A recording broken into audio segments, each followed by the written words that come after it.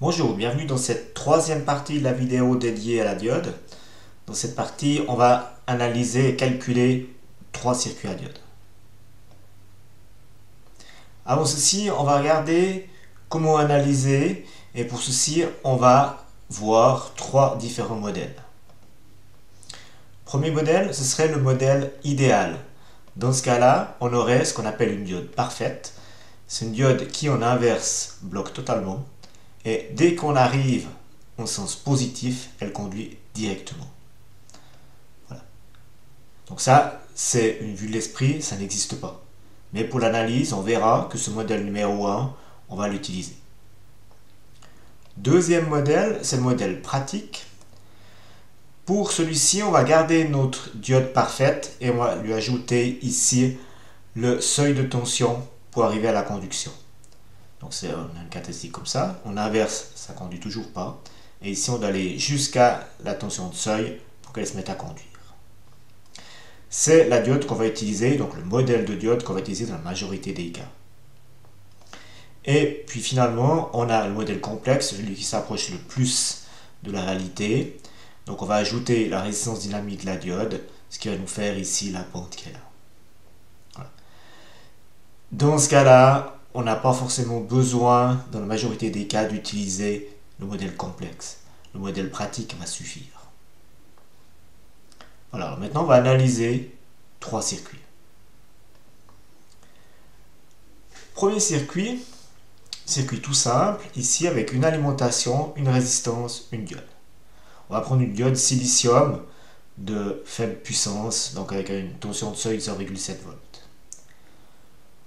Donc pour analyser ceci, on va toujours utiliser le même type de principe. On va commencer par analyser si le courant passe ou non en utilisant le modèle numéro 1. Dans le cas ici, notre alimentation qui est là va créer une différence de potentiel entre le bas et le haut de 12 volts.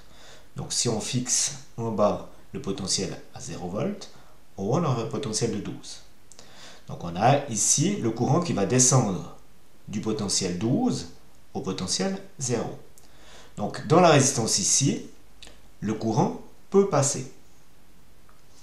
Ensuite, si on descend ici, dans la diode, le courant peut aussi passer, on est en sens direct, en sens passant.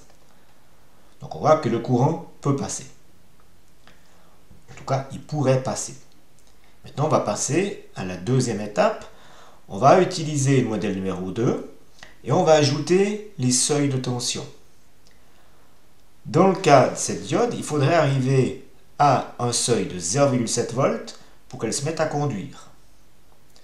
Avec les 12 volts d'alimentation ici, on voit que c'est suffisant. Donc ça va passer. Et puis ensuite, on commence à faire les calculs. Donc ici, notre diode, elle, on a une différence de potentiel à ses bornes de 0,7 volts. Ce qui veut dire que cette flèche dit, je descends de 0,7 et j'arrive à 0 volts. Donc je suis parti en haut de 0,7 volts.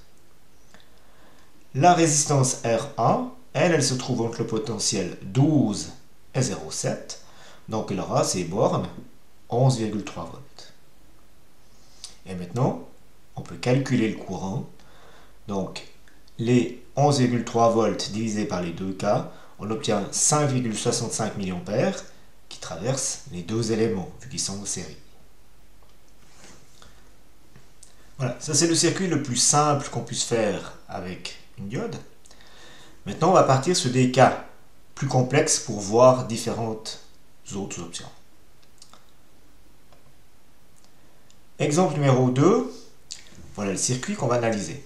On va prendre exactement les mêmes étapes. On garde ici nos diodes de faible puissance avec un seuil de 0,7 volts et on va analyser ici. D'abord, on va regarder si le courant pourrait passer. Est-ce que c'est dans le bon sens?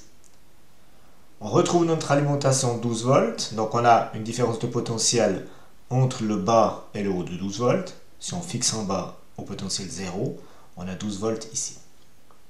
Donc le courant va aller du potentiel 12 au potentiel 0. Alors est-ce qu'il peut passer dans D1? Oui. Est-ce qu'il peut descendre à travers D2 et D3? Ben non.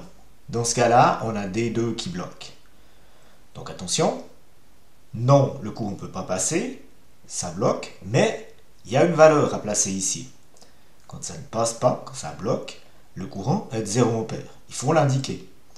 0 est une valeur. Ensuite, est-ce que le courant peut passer à travers R1? Oui. Est-ce qu'il peut descendre dans D4? Oui. Est-ce qu'il peut passer à travers 2? Oui. Voilà. Donc on sait déjà que le courant pourrait passer comme ceci, c'est divisé là, mais de toute façon on sait qu'ici ça ne passera pas. Bon, maintenant on va prendre le modèle numéro 2 et on va regarder si les tensions des diodes vont pouvoir être vaincues par l'alimentation ici de 12 volts. Dans le cas ici, il faut qu'on ait 0,7 volts sur la diode D1 et 0,7 volts sur la diode D4. Et dans ce cas-là, on voit que oui, c'est suffisant. Alors maintenant, on va regarder les différents potentiels. Il faut toujours partir de ce qu'on connaît. On sait qu'ici, on part de 12 volts. Donc on a un potentiel de 12. La flèche dit je descends de 0,7. Donc, on va arriver ici, 0,7 volts plus bas que ici. Donc, on va se retrouver avec 11,3 volts. Maintenant, ici, sur R1, on ne sait pas ce qu'on va perdre. Par contre, ici, on a une flèche qui dit on descend de 0,7 et on arrive à 0. Donc, là, on est sûr de ce qui va se passer. Ici, on ne va pas faire des prédictions, on va faire que des choses dont on est sûr. Donc on sait qu'ici on a 0,7 volts. Donc si on descend de 0,7 et qu'on arrive à 0, on part ici de 0,7. Voilà, donc maintenant on a les potentiels sur chacun des nœuds. On va pouvoir déterminer les tensions sur R1 et sur R2. D'abord sur R1, on descend de 11,3 jusqu'à 0,7. Donc on aura une tension de 10,6 volts. Pour la tension sur R2, elle est en parallèle. R2 et D4 sont en parallèle, donc on a la même tension. On va descendre pour les deux éléments de 0,7 jusqu'à 0. Donc deux éléments parallèles ont la même tension. Maintenant, dernier point, on a les éléments D2 et D3. On a dit qu'il n'y avait pas de courant, donc un courant de 0 ampère.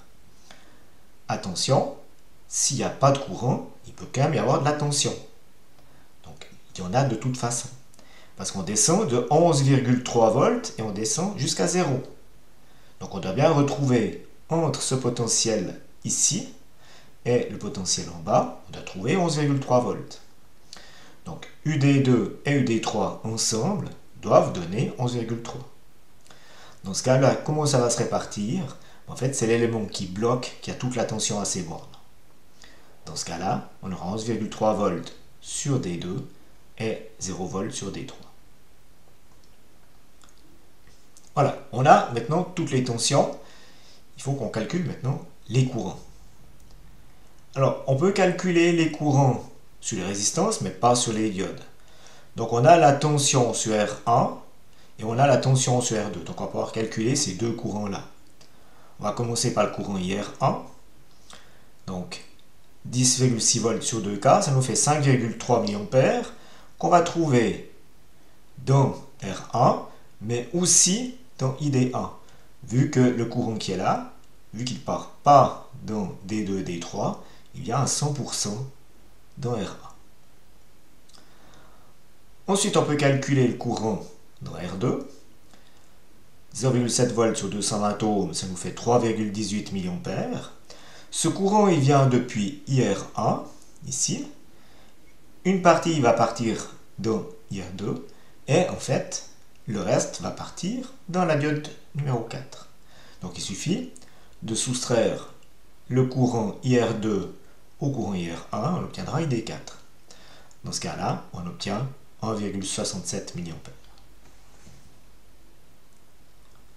Voilà, donc on construit étape par étape ici notre circuit, on dessine tout dessus.